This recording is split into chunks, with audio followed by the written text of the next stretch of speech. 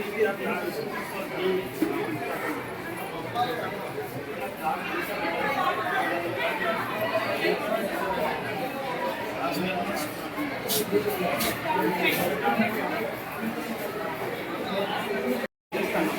ఒక విద్యార్థులను మీ మామూలుగా చేసేది ఉంటే మీకు గేట్ లేకపోతే బయటికి పంపిస్తుంది పిల్లల్ని.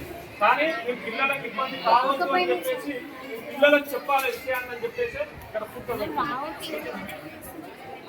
మీరు సార్కైనా సరే ఎవరికైనా మీరు సమాధానం చెప్తాం. మీరు సార్ని అడగకుండా మీరు పైకి వస్తుంది తెలియాలి మేడం.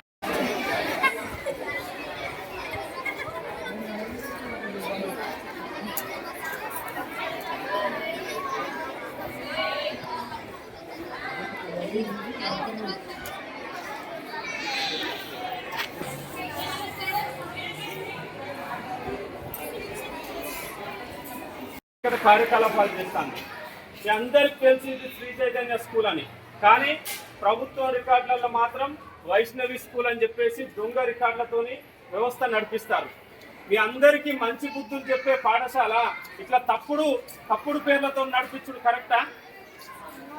మీకు మిమ్మల్ని అందరినీ నిజాయితీగా ఉండమని చెప్పే పాఠశాల ఈ స్కూలు ఇప్పుడు మీ అందరితోని అబద్ధం చెప్తాను. మీ అందరికీ వైష్ణవి స్కూల్ అని బయట చెప్పుకుంటా లోపల మాత్రం శ్రీ చైతన్య స్కూల్ అని చెప్తుంది. ఆఖరికి మీరందరూ ఒక్కటి గుర్తుంచుకోవాలి, ఎవ్వరం ఎక్కడ చదివినా కానీ ప్రభుత్వ నిబంధనలు ఖచ్చితంగా అందరం పాటించాలి.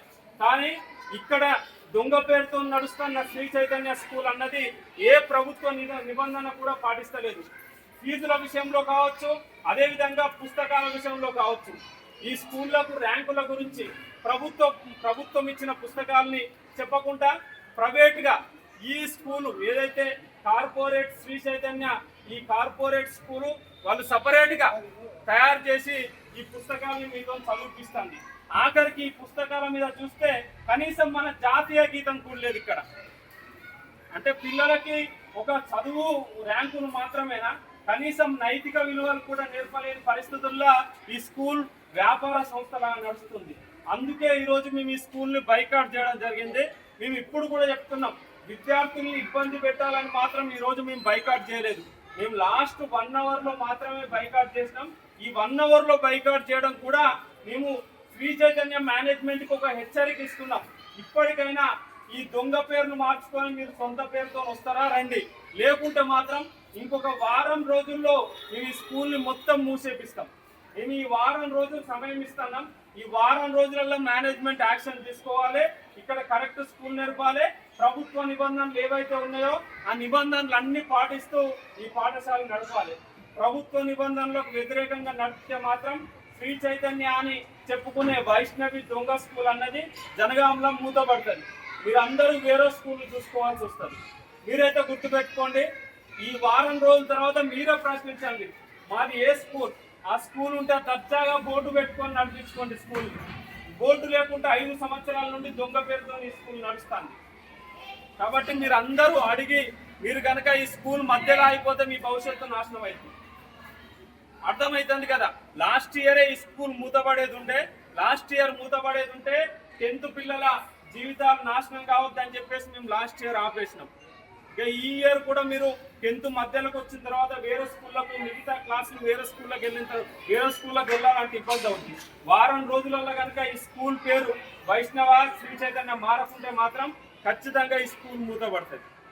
నిజం చెప్పాలంటే ఈ స్కూల్కి ఇక్కడ బిల్డింగ్ పర్మిషనే లేదు. వేరే దగ్గర బిల్డింగ్ పర్మిషన్తో ఇక్కడ నడుస్తుంది. ఇదంతా కూడా తప్పుడు పత్రాలతో తప్పుడు పునాదుల మీద నడుస్తున్న స్కూల్. ఈ తప్పుడు పత్రాలు ఈ తప్పుడు ఏదైతే పద్ధతులు మానుకుంటేనే ఈ స్కూల్ కనుక నడుస్తుంది. ఓకేనా? మీరందరూ ఇవాళ ఇంటికి వెళ్ళిన తర్వాత మీ పేరెంట్స్తో చెప్పాలి, ఇవాళ విద్యార్థి సంఘాలు వచ్చి స్కూల్ని 1 అవర్ క్లాస్ని బైకాట్ చేసినాయి. ఈ 1 అవర్ ఎందుకు బైకాట్ చేసినాయి అంటే ఇక్కడ శ్రీ చైతన్య అని చెప్పుకుంటున్న తప్పుడు స్కూల్ మొత్తం ఈ తప్పుడు పత్రాలతోని ప్రభుత్వ నిబంధనలకు వ్యతిరేకంగా నడుస్తుంది. కాబట్టి ఇవాళ విద్యార్థి సంఘాలు బైకాట్ చేసినాయి అని చెప్పేసి మీరు ఇంటికాడ చెప్పాలి. ఓకేనా? వారం రోజుల తర్వాత మీరే మీ ప్రిన్సిపాల్ని అడగాలి, ఈ స్కూల్ పేరు మీరు సరైనది ఒక్క పేరు పెట్టుకొని నడపాలి. 2 పేర్లు పెట్టుకుంటే అది పద్ధతి ఉండదు. మేమందరం